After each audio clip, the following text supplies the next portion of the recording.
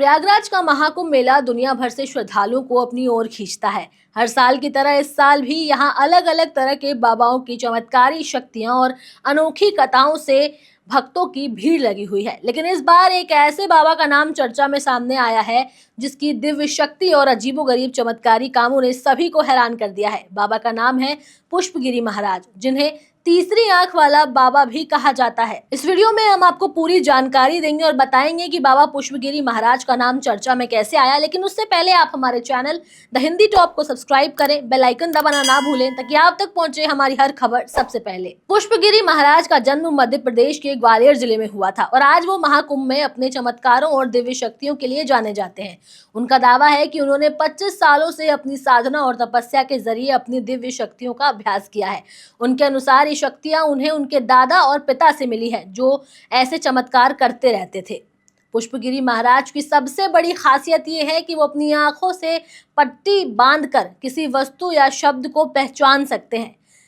ये रहस्यमयी शक्ति को उन्होंने एक पत्रकार के सामने प्रदर्शित किया था। चलिए बताते हैं कि कहानी कहां से शुरू हुई। दरअसल एक दिन एक पत्रकार से उनकी बात हुई और दिव्य शक्ति का उन्होंने प्रमाण मांगा। बाबा ने अपनी आंखों पर पट्टी बांध ली और उस पत्रकार से एक स्लेट पर कुछ लिखने को कहा। पत्रकार ने जय हनुमान जी लिखा और फिर बाबा ने पूछा कि उन्होंने क्या लिखा। बिना पट्टी हटाए पुष्पगिरी महाराज ने तुरंत जवाब दिया कि आपने जय हनुमान जी लिखा है। ये देखकर वहां खड़े लोग हैरान रह गए और इस चमत्कारी घटना से बाबा के बारे में चर्चाएं तेज हो गईं। पुष्पगिरी महाराज का ये दावा है कि उनकी दिव्य शक्तियां केवल उनकी आंखों तक सीमित नहीं हैं, बल्कि उनके पास मंत्रों की भी शक्तिशाली ज्ञान है।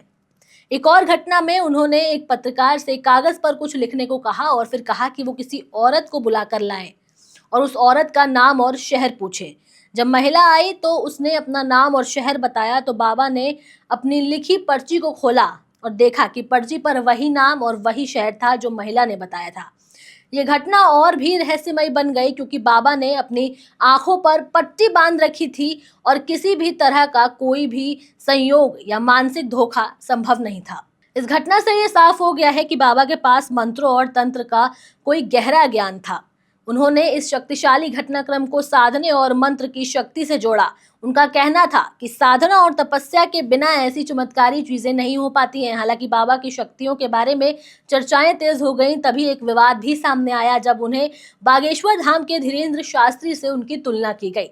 तब वो भड़क गए थे। उन्होंने ये दावा किया था कि धीरेन्द्र शास्त्री के पास ऐसी कोई भी शक्ति नहीं है जिसे वो साबित कर पाए। उन्होंने कहा कि अगर धीरेन्द्र शास्त्री मेरे सामने पर्चे लिखकर दिखाते हैं तो मैं उसे तुरंत चुनौती दे दूंगा। ये बयान महाकुंभ में चर्चा का एक विषय बन गया है और अब लोग इस तुलना को लेकर तरह तरह की बातें करने लगे।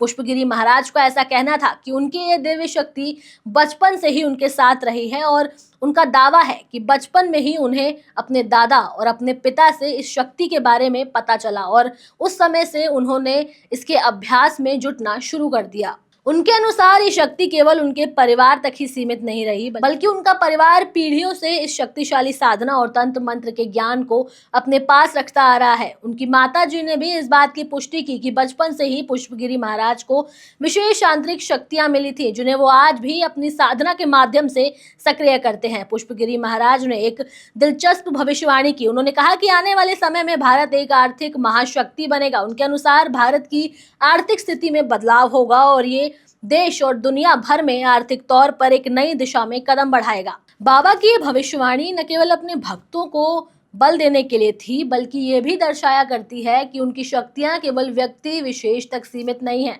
बल्कि राष्ट्र के भविष्य को लेकर भी उनका दृष्टिकोण है। महाकुंभ 2025 के पुष्पगिरी महाराज की दिव्य शक्तियां और चमत्कारी घटनाएं न केवल भक्तों के लिए आस्था का केंद्र बन चुकी हैं, बल्कि समाज में भी उनकी चर्चा तेज होने लगी है।